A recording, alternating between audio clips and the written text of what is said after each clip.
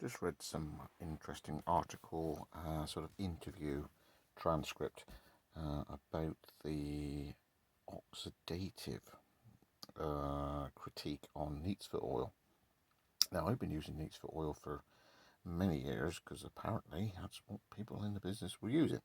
But anyway, I'm going to leave the details in the description box below.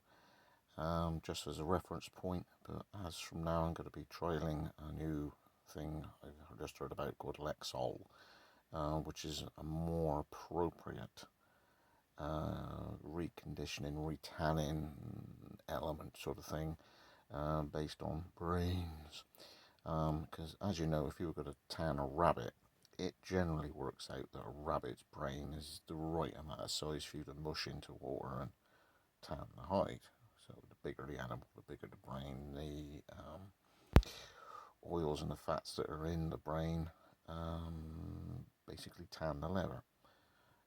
So when you consider what some of the treatments that go on during tanning, you want to refeed it a little bit afterwards. There is a fair amount that does that at whatever tannery it is. Each sort of proprietary blend that each tannery, each company, each system that each one uses gives the leather its own feel, its own smell as it is. So moving forward, the most critical thing of it was the fact that Neatsfoot oil, the pH is wrong, whereas the Lexol apparently is the same pH as the leather, and doesn't in the future applications contribute to oxidation of the leather and maybe even thread. I've been on this for a couple of hours now, reading.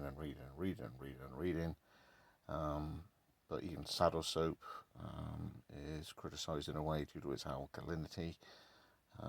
So moving forward, and if this in any way improves my leather work and the durability of it, and that's the sort of thing you got to do. You got to make a change and then move forward. So I'm gonna just copy and paste it into a Word document, and I'm gonna paste it into the description box so I've got a reference for it.